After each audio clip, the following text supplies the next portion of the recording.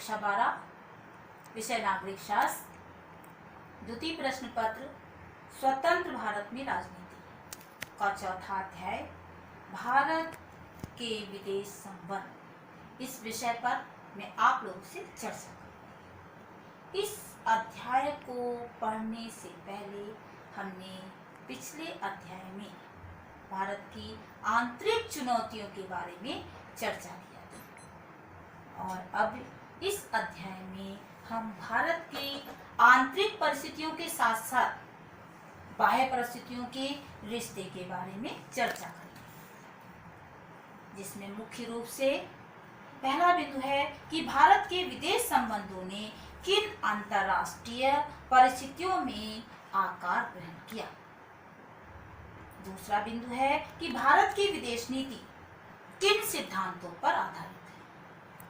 और तीसरा बिंदु है कि भारत का चीन और पाकिस्तान के साथ क्या संबंध है। और चौथे बिंदु है कि भारत की परमाणु नीति का उद्भव किस परिस्थितियों में हुआ। भारत 15 अगस्त 1947 को स्वतंत्र हुआ और भारत के प्रथम प्रधानमंत्री पंडित जवाहरलाल नेहरू बने। भारत के संविधान में भारत की विदेश नीति से संबंधित संविधान का भाग 4 अनुच्छेद 51 में इसका प्रावधान किया गया, जिसमें मुख्य रूप से भारत की अखंडता और संप्रभुता की रक्षा करते हुए विश्व के सभी देशों की संप्रभुता की रक्षा करने का उद्देश्य और सभी देशों के साथ शांतिपूर्ण सहअस्तित्व की भावना का दर्शन दिया गया, जो वासुदेव कुटुंब पर आधारित थी। पूरा विश्व एक परिवार के समान है और भारत का संबंध सभी के साथ सौजन्यपूर्ण, सहिष्णुतापूर्ण और मित्रतापूर्ण रहेगा। जब भारत स्वतंत्र हुआ उस समय विश्व की जो परिस्थितियां थीं वो भिन्न भिन्न थी।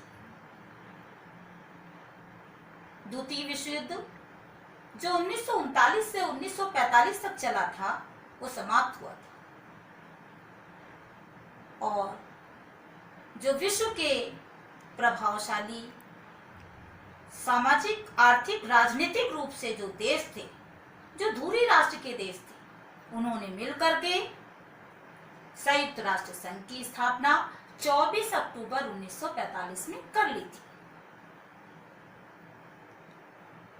जिसका उद्देश्य था कि सभी देशों के साथ शांतिपूर्ण सहअस्तित्व की भावना से रहना और यदि दो देशों के साथ कोई विवाद होते हैं तो उनके मध्य में मध्यस्थता स्थापित करना, जिसके प्रमुख 5 अंग बनाए: महासभा, सुरक्षा परिषद, सचिवालय, सामाजिक एवं आर्थिक न्याय परिषद और अंतर्राष्ट्रीय न्यायालय। ये विश्व सरकार की भांति थी। उसी समय विश्व 2 खेमों में बंटने लगा, 2 तरीके की विचारधाराओं को लेकर, एक पूंजीवादी तो दूसरी साम्यवादी। अब ये पूंजीवादी जो विचारधारा थी वो ये थी कि निजी क्षेत्रों में उसका लाभ उन लोगों को, उन कंपनियों को मिले, उस पर सरकार का कोई हस्तक्षेप ना, लोकतांत्रिक उदारवाद पर आधारित। तो दूसरी तरफ साम्यवादी विचारधारा पर आधारित उसका अर्थ था कि उत्पादन के साधनों पर समाज का स्वामित्व हो और सरकार का नियंत्रण, जिसका नेतृत्व संयुक्त सोवियत रूस करना था और पूंजीवादी गुट का नेतृत्व संयुक्त राज्य अमेरिका करना था। दोनों विचारों पर आधारित गुटों ने अपने अपने प्रभुत्व से विभिन्न देशों को अपने में शामिल करना शुरू कर दिया और दोनों अंतर विरोध में, विचारों के विरोध में, विचारों को वैमनस्य में आमने सामने आ गए। इस दौर को हम शीत काल का भी दौर कहते हैं। ये टेबल की लड़ाई थी जिसमें दोनों ही देशों ने अपने अपने सैनिक संगठनों का भी गठन कर लिया था। इधर संयुक्त राज्य अमेरिका ने अपने नेतृत्व में उत्तर अटलांटिक संधि संगठन नाटो का गठन 1949 में कर दिया था, तो दूसरी तरफ सोवियत रूस ने अपने नेतृत्व में वार्सा पैक्ट का गठन कर दिया था, जिसका उद्देश्य साम्यवाद का पूरे विश्व में प्रचार और प्रसार करना और पूंजीवाद का विरोध करना। तो ये जो परिस्थितियां थी, एक तरफ जो विकासवादी देश, जो एशियाई देश थे और जो अफ्रो एशियाई देश थे, वो स्वतंत्र हो रहे थे। साम्राज्यवादी उपनिवेशवाद से वो स्वतंत्र हो गए थे। ऐसे में भारत ने उन देशों के साथ मिलकर जो एशियाई और अफ्रो एशियाई देश थे, उसमें विशेष रूप से इंडोनेशिया की राजधानी बांडुंग में 1955 में एक सम्मेलन किया और उसमें यूगोस्लाविया के राष्ट्रपति मार्शल टीटो और मिस्र के राष्ट्रपति कर्नल नासिर सभी उसमें शामिल थे और वहां पर एक रूपरेखा रखी कि हम इन देशों से अलग हटके एक गुट का निर्माण करते हैं, एक आंदोलनात्मक गुट का निर्माण करते हैं, जिसका नाम रखा गुट निरपेक्ष आंदोलन। ये 1960 में बन गया था। 1961 में यूगोस्लाविया की राजधानी बेलग्रेड में इसका 25 देशों के साथ सम्मेलन हुआ और इसका मुख्य उद्देश्य साम्राज्यवाद और उपनिवेशवाद का पूर्णतः विरोध करना और पिछड़े और विकासशील देशों के साथ सहयोग करना और उनके साथ आपसी व्यापार करना। इसके अलावा सैनिक संगठनों का विरोध करना, क्योंकि नाटो जैसे संगठन सैनिक संगठन थे। उनके विरोध के साथ साथ अपने देशों में सैनिक अड्डों को ना लगवा देना। तो भारत पूर्णतः गुट निरपेक्ष आंदोलन के सिद्धांतों पर ही आधारित था और जो भारत की विदेश नीति थी वो मुख्य रूप से पंचशील सिद्धांत और गुट निरपेक्षता की नीति पर आधारित थी। पंचशील सिद्धांत भारत चीन के साथ बहुत अच्छे संबंध बना रहा था उस समय। 1950 के दशक में उसने चीन के प्रधानमंत्री के साथ मिलके, जो उसके प्रधानमंत्री चाउ एन लाई थे, उनके साथ मिलकर के भाई भाई का नारा दिया कि हिंदू चीनी भाई भाई, और पंचशील सिद्धांत के साथ मिलकर के बनाए। 1955 के बांडुंग सम्मेलन में ही उन्होंने पंचशील सिद्धांत को बताया, जिसका पहला सिद्धांत था कि हम एक दूसरे के आंतरिक मामलों में हस्तक्षेप नहीं करेंगे। दूसरा उसका सिद्धांत था कि हम बिना कारण आक्रमण नहीं करेंगे। तीसरा उसका उद्देश्य था कि हम एक दूसरे की अखंडता और संप्रभुता का सम्मान करेंगे। और चौथा उद्देश्य था कि हम आपस में सहयोगपूर्ण नीति के द्वारा आपस में संबंध बना के रखें। और पांचवा था कि समानता और मित्रता पर आधारित हमारी विदेश नीति होगी। इस तरीके से चीन, जिसको हम कूटनीति वाला व्यवहार करने वाला देश मान सकते हैं,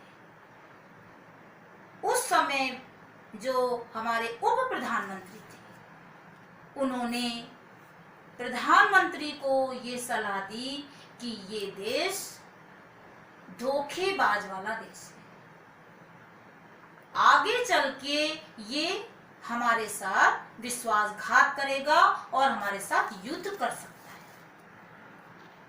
परंतु उस समय हमारे प्रधानमंत्री को चीन की व्यवहार पर पूर्णतः विश्वास था। धीरे धीरे चीन ने क्या करा कि उस समय 1950 में ही उसने तिब्बत में अपनी सैनिक टुकड़ियों को भेज दिया और वहां पर अपना आधिपत्य, अपना अधिकार मानने लगा। तो जो वहां के क्योंकि वो समझ रहा था कि भारत उसके आंतरिक मामलों में कोई हस्तक्षेप नहीं करेगा, इसलिए उस समय जो धार्मिक नेता तिब्बत के थे, दलाई लामा, उन्होंने भारत से शरण मांगी। 1959 में वो अपने बहुत सारे लोगों को लेकर के भारत में उन्होंने शरण ली और भारत ने उसको शरण दी। भारत इसका विरोध चीन से करा तो चीन उसके विपरीत हो गया और चीन ने कश्मीर से लेकर के यानी पश्चिम से पूरब तक अरुणाचल प्रदेश के बीच में जो मैकमोहन रेखा है, उस मैकमोहन रेखा में वो उसने अक्साई चीन में जहां हमारे अर्ध सैनिक बल लगे हुए थे, क्योंकि संबंध अच्छा हो गया था उस समय, उसने चढ़ाई कर दी, आक्रमण कर दिया। 1962 में यह आक्रमण किया। उस समय भारत के प्रधानमंत्री जवाहरलाल नेहरू और वो स्वयं विदेश मंत्री भी थे। रक्षा मंत्री जो वीके कृष्ण मेनन थे, उस समय हमारे पास इतने सैनिक और इतने हमारे पास संसाधन नहीं थे, इतनी योजना नहीं थी, इसलिए उस समय हमें भारी उस युद्ध में हार माननी पड़ी और जो क्षेत्र था अक्साई चीन वाला, उस पर चीन का आधिपत्य हो गया। इसका प्रभाव पूरे विश्व में पड़ा और उस समय जो रक्षा मंत्री थे वीके कृष्ण मेनन, उन्होंने त्यागपत्र दे दिया और बहुत सारे सैनिकों ने सेना छोड़कर चले गए। इसके अलावा जो चीन जो था, समय समय पर उसके व्यवहार में परिवर्तन आता रहा। जब भारत में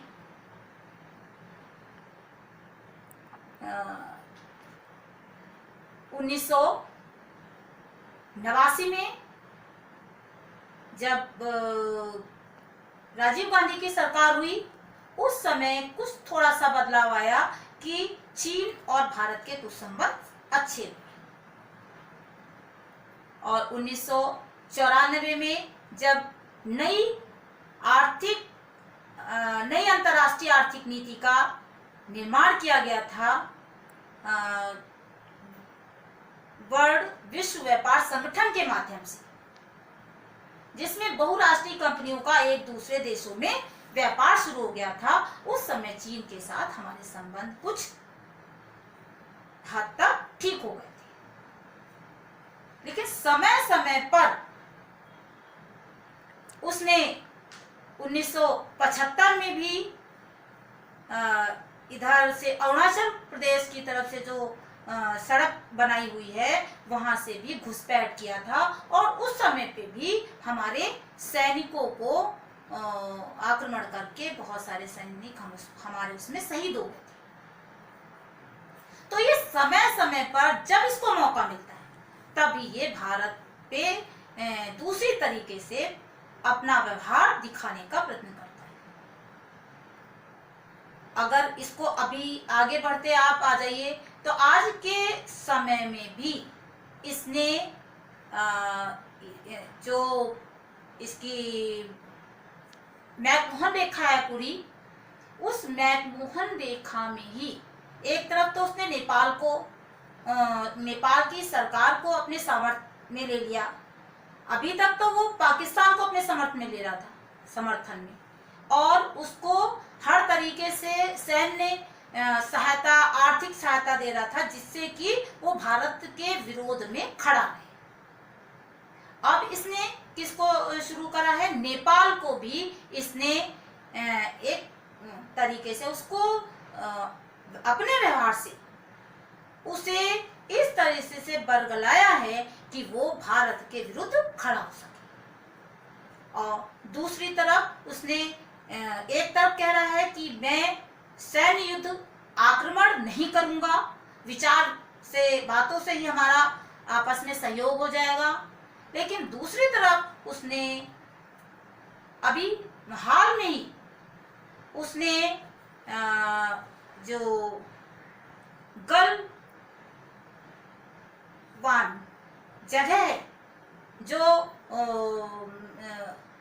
इसके पहाड़ी के ऊपर है, वहां से हमारे सैनिकों पर रात में आक्रमण करके, शस्त्रों का आक्रमण ना करके पत्थरों से मार करके, हाथों में कीड़े लगा करके उन्हें शहीद किया है।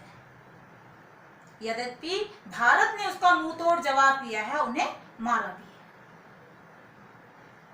तो ये चीन के संबंध भारत के साथ समय समय पर बदलते रहे। यद्यपि भारत के अंदर बहुराष्ट्रीय कंपनियों के आगमन में चीन का बहुत सारा व्यापार भारत में होता है।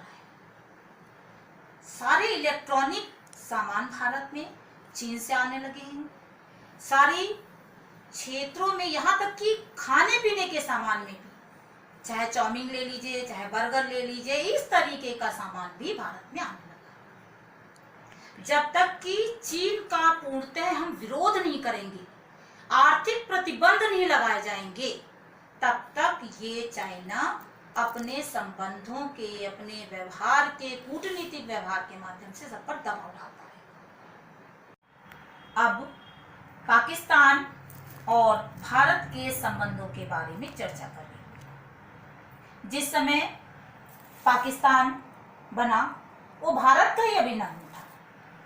14 अगस्त 1947 को भारत का ही एक अभिन्न अंग, एक स्वतंत्र देश के रूप में पाकिस्तान के नाम से बन गया था। और जिन परिस्थितियों में पाकिस्तान बना, भारत और पाकिस्तान के बीच में बहुत ज्यादा संघर्ष, लड़ाई झगड़े, बहुत खून खराबा हुआ, क्योंकि पाकिस्तान एक धर्म सापेक्ष देश बना और भारत एक धर्मनिरपेक्ष देश बना। पाकिस्तान से लोगों को भगाया गया भारत में आने के लिए। तो उस समय भारत में और भी बहुत सारी रियासतें थीं जो उस समय उप प्रधानमंत्री सरदार वल्लभ भाई पटेल थे। उनके नेतृत्व में ऐसी रियासतों को भारत में मिलाया गया, जैसे हैदराबाद, जूनागढ़, और भारतीय संविधान में प्रावधान किया गया कि स्वेच्छा से, स्वायत्तता से वे रियासत भारत या पाकिस्तान में मिल सकती है। अब आता है कश्मीर, जम्मू कश्मीर, जिसको भारतीय संविधान में 370 अनुच्छेद के अंतर्गत अलग प्रावधान किया गया था। उसका कारण क्या था? क्योंकि 1947 में जब वहां के राजा हरि सिंह विदेश भ्रमण में गए थे, तो भारत की सरकार को वहां की सुरक्षा के लिए भारत को उसको सौंप गए थे। इसलिए भारत की सैन्य टुकड़ियां कश्मीर में सुरक्षा के लिए लगी हुई थी। तो दूसरी तरफ जो पाकिस्तान था वो व्यापार के माध्यम से कश्मीर में आ रहा था और धीरे धीरे उसने कश्मीर के काफी क्षेत्र पर अपना अधिकार जमाना शुरू कर दिया और व्यापारी कबालियों के माध्यम से वहां की जो सैन्य टुकड़ी थी वो आ चुकी थी और वो भारत के सैनिकों के साथ विद्रोह करने लगी। ऐसी स्थिति में पंडित जवाहरलाल नेहरू ने दोनों के बीच में वार्ता करके इस प्रस्ताव को संयुक्त राष्ट्र संघ में रख दिया। संयुक्त राष्ट्र संघ के चार्टर में ये प्रावधान कर दिया गया, स्वायत्तता के आधार पर कश्मीर का निर्णय किया जाएगा।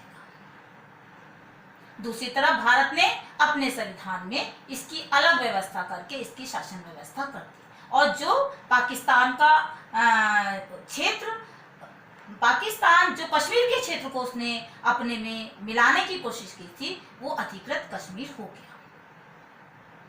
इस तरीके से 1947 का युद्ध होते होते, जिसको हम छाया युद्ध कह सकते हैं, वो रुका।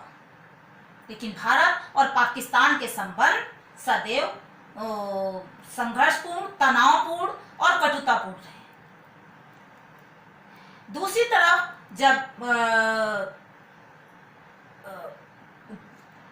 गुजरात में जो उसका कच्छ है, भारत और पाकिस्तान के बीच में जो उसकी डूरंट रेखा है, उसके बीच में जो सैनिक टुकड़ियां लगी हुई थी पाकिस्तान की, उन्होंने अटैक कर दिया किस पर? गुजरात के कच्छ पर। और किस बात को लेकर के? सिंधु नदी के पानी को लेकर के विवाद करा और उस पर उन्होंने अटैक किया। इस तरीके से भारत ने उसका मुंहतोड़ जवाब दिया और भारत की सेना लड़ते हुए लाहौर तक पहुंच गई थी। उस समय भारत, क्योंकि पाकिस्तान को श्रेय कहां से मिल रही थी? एक तो चीन से मिल रही थी उस समय और दूसरे राज्य अमेरिका से मिल रही थी, क्योंकि उस समय संयुक्त राज्य अमेरिका के जो विदेश मंत्री थे वो पाकिस्तान में आए हुए थे। भारत इस बात से नाराज था। तो भारत ने सोवियत रूस के साथ मिलकर के 20 साल का एक समझौता किया, जिसमें उसने सोवियत रूस ने ये प्रस्ताव रखा कि यदि किसी प्रकार का आप पर कोई संकट आएगा तो रूस उसकी सहायता करेगा। उस समय रूस के नेतृत्व में ताशकंद में लाल बहादुर शास्त्री जो भारत के प्रधानमंत्री थे, और उस समय जो पाकिस्तान के प्रधानमंत्री थे याऊब खान, जनरल आयुब खान, उनके बीच में एक समझौता हुआ। और यद्यपि उस समय जो हमारे प्रधानमंत्री थे उन्हें हृदयघात होने से उनकी अचानक मृत्यु हो गई। दूसरा जो युद्ध हुआ वो भारत और पाकिस्तान के बीच में युद्ध की जो स्थिति आई वो 1971 में आई। जब 1971, उस समय क्या था कि पूर्वी पाकिस्तान अलग था और पश्चिमी पाकिस्तान अलग था। तो जो पूर्वी पाकिस्तान था उसमें जिस दल को ज्यादा बहुमत मिले थे वो दल कौन सा था? वो उसके नेतृत्व जुल्फिकार अली भुट्टो कर रही थी और वो दल था पीपीपी। वो भारी बहुमत से उसमें विजय हुई थी। तो दूसरी तरफ जो पूर्वी पाकिस्तान था उसमें जो उसमें जो दल विजयी हुआ था वो था अवामी लीग दल, और जिसका नेतृत्व कर रहे थे मुजीबुर रहमान। इस तरीके से जो मुजीबुर रहमान को वहां पर विजय प्राप्त हुई। ये जो और जो पश्चिम की जो जुल्फिकार अली भुट्टो की सरकार बनी थी, उनको ये चीज उन्होंने पूर्वी पाकिस्तान पे आकर के वहां पर अत्याचार करना शुरू कर दिया, क्योंकि मुजीब रहमान जो थे वो चाहते थे एक परिसंघ बनाया जाए, जिसकी मांग रखी थी, जिसका उन्होंने जुल्फिकार भुट्टो ने विरोध किया। और विरोध करने के बाद वहां की जनता पर वो अत्याचार संहार करने लगे। तो वहां की जो जनता थी उसने भारत में आसपास के जो भी देश थे उसमें भागना शुरू कर दिया। भारत में 80,000 लोग आके शरण लिया उन्होंने, और शरण लेने के बाद उन्होंने भारत से ये आग्रह किया कि हमारे क्षेत्र की, हमारे रहने की व्यवस्था, हमारे क्षेत्र की रक्षा करो। इस तरीके से भारत की सैन्य टुकड़ी जाकर के पूर्वी पाकिस्तान में गई और वहां पर युद्ध हुआ दोनों के बीच में, और फिर उनको वहां की जो सेना थी उसको भाग के पश्चिमी पाकिस्तान में जाना पड़ा।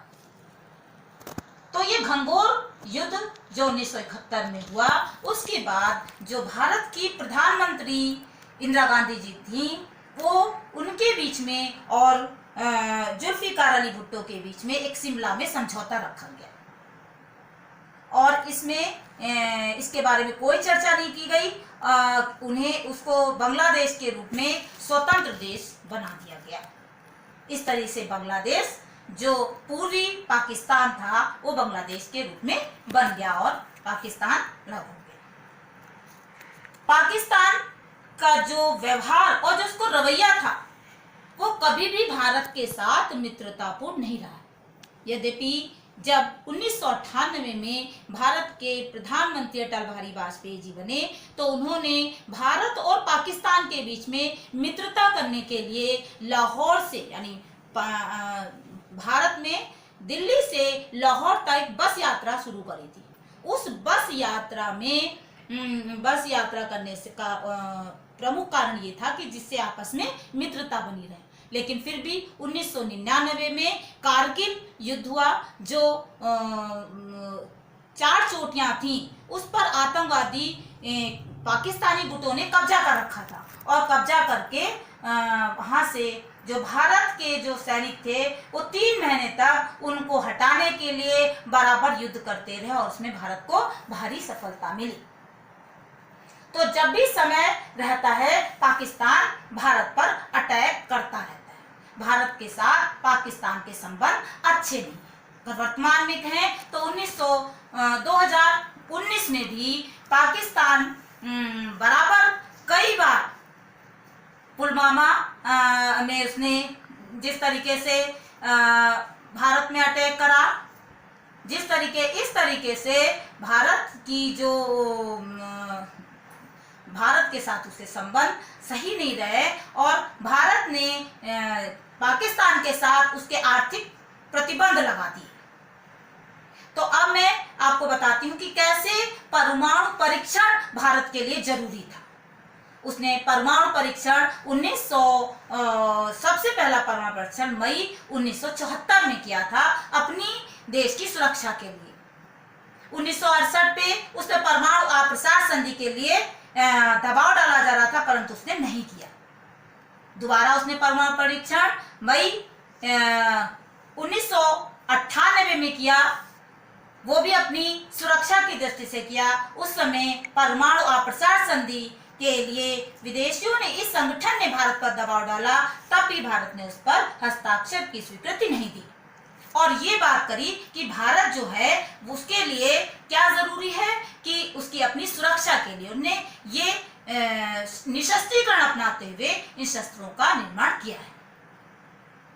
तो यदि हम पूरा अवलोकन करते हैं तो भारत के जितने भी पड़ोसी देश हैं उनके साथ भारत का बहुत अच्छा संबंध रहा है, और पड़ोसी देशों को के साथ व्यापार करने के लिए भारत ने सार्क जैसे संगठनों का भी निर्माण 1985 में किया था, जिससे भारत अपने साथ विदेशियों का भी विकास के साथ सहायता कर सके।